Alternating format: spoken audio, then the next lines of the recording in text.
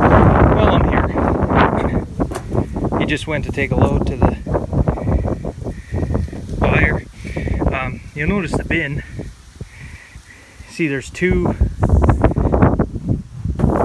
sides to it basically, with the divider in the center. And one thing that makes it nice, if you're going along hills like we have here, different hillsides, this only unloads one side of the bin at a time. So it'll unload one side will go down and then the other side will go down.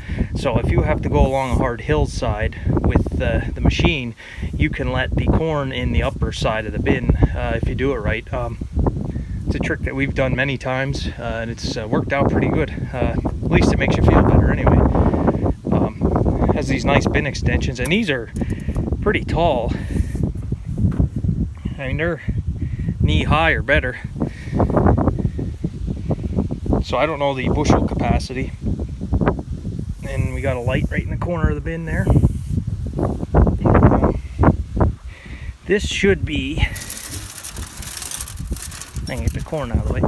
This should be the 354 turbocharged. You can't see on that side, but there's a lot of heat coming out of there.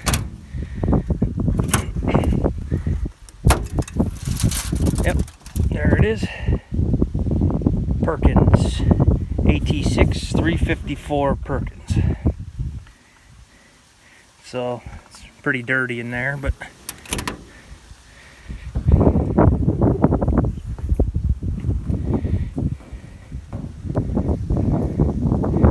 that's the top side here. I'm gonna set you down for a second so I don't fall.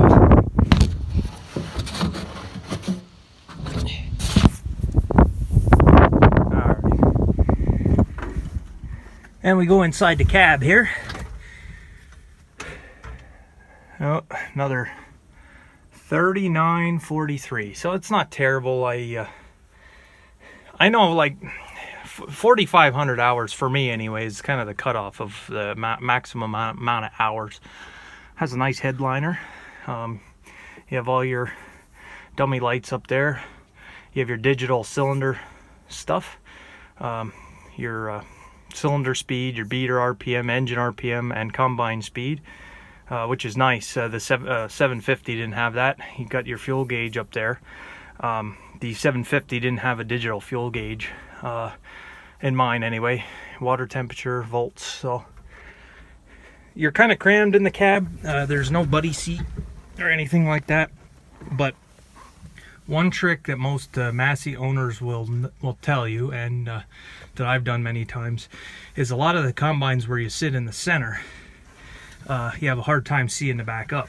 This, all you got to do is lean right outside the door and you can see at least one side of the machine. And usually you put a mirror out on that end. There is a mirror, but it's not in the right place. I did put a mirror on my 750 so you could see your back end on that side. So, and down here, something different than the 750 I had. This has the electric header height control, which is nice on your hydro lever. You've got your two, your shifters are up here. You have high and low, 1 and 2. It's a nice place for the shifters. He's got the seat pretty far front. Yeah, over here you just have some of your lighting controls, turn signals, your stop, 4 ways, your throttle. They always had a tiny little throttle, I thought, on these. Yeah, the headliner is pretty good. This window I always had open on mine when you're shelling, just so you have a little, it is a little bit noisier, but at least you can hear kind of more of what's going on with the machine.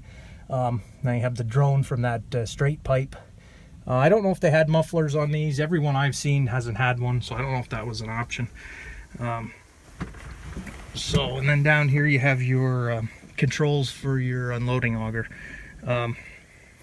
Out, in, you just twist it, and then down is to engage it. That box I took off mine, that's your air conditioning compressor. That was always in the way. I didn't like it, so I had taken it off to 750. It didn't work anyway. It's kind of a big blind spot right behind you, because you can't see kind of when you're backing up sometimes, but it is what it is, I guess. So yeah, it's not a very bad machine. I don't know what he paid for it, but it looks like we got some power steering issues. I don't know. Some of you guys that might know Massey's better, is there a hand pump in here for the power steering? Because it's a little bit oily on the floor. This is your control for your ladder. You can bring your ladder up and lock it, which we never do.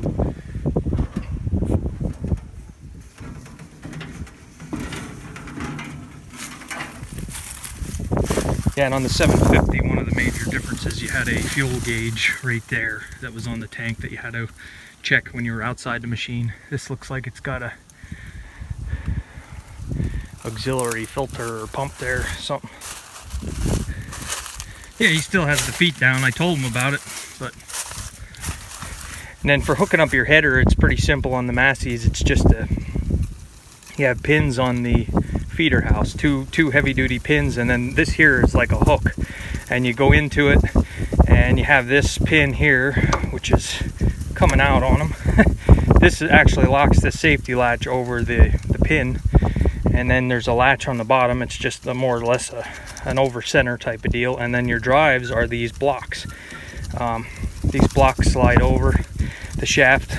There's a space in between there, and on each side then you run this bolt through the center, and then that's what's going to drive your corn head. This side drives, I don't know if it's 5, might be the other way around. One of them, it's not 3 and 3, I don't think. I think it's like 3 and 5. I could be wrong. You guys can correct me. One thing that he's done a lot of, and I have already, this shaft tends to break if you're not careful from bouncing. If your head comes loose, these latches here, if you don't latch your head in, that it can pivot, you're going to end up breaking these off, and we've done it. In here you've got your 2 drive belts. They are a pain to change, but those are basically what's running the drive system.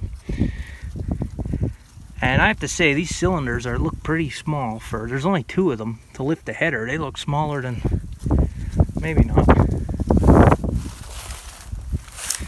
We come around here, it's an 1163 corn head, and it's in pretty nice shape. Mine didn't have these rubber spacers here because they had rotted off over time. I had made them out of old mud flaps.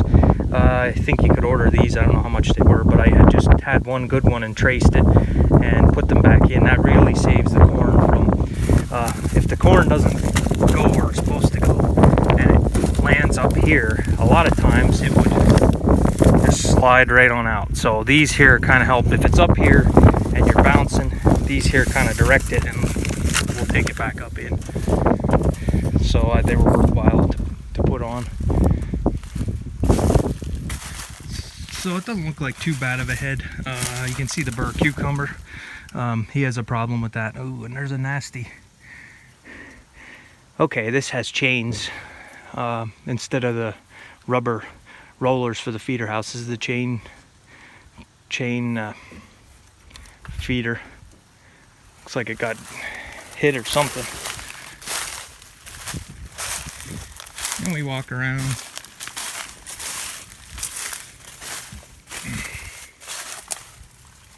Got your hydraulics for the grain head, and here's another one of these blocks that drives part of the corn head, and your latches to latch it in place. And like I say, these just swing down over these pins, and it's pretty simple design. He doesn't have the rubber. These rubber things tend to deteriorate, these keeper things to hold the hoods down. This one, they're both gone. Mine were gone. And that engine's pretty dirty in there.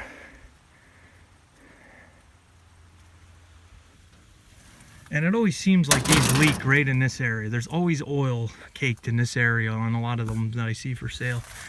This belt should get changed. This variable speed pulley here, I had changed the one on mine. So it's got some leaks. I don't want to say it's 100%, but I don't know what happened here. I think this just happened since the last time I was here. But it's something's goofy going on there. This just unhooks and flips up. And then you got your re-thresher.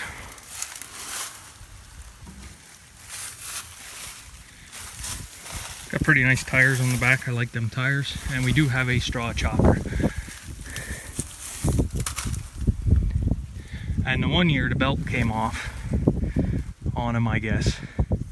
And he basically turned the combine into a big square baler because the belt came off and it wasn't chopping anything and none of the material could get out, I guess.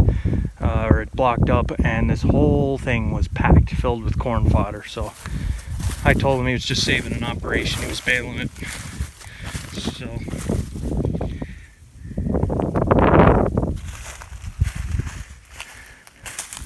yeah, that's just a quick overview. It's not an in-depth. I think he said he was done for the day. This corn was at 27, so it's kind of wet. So that's what it is, guys. Thanks for watching.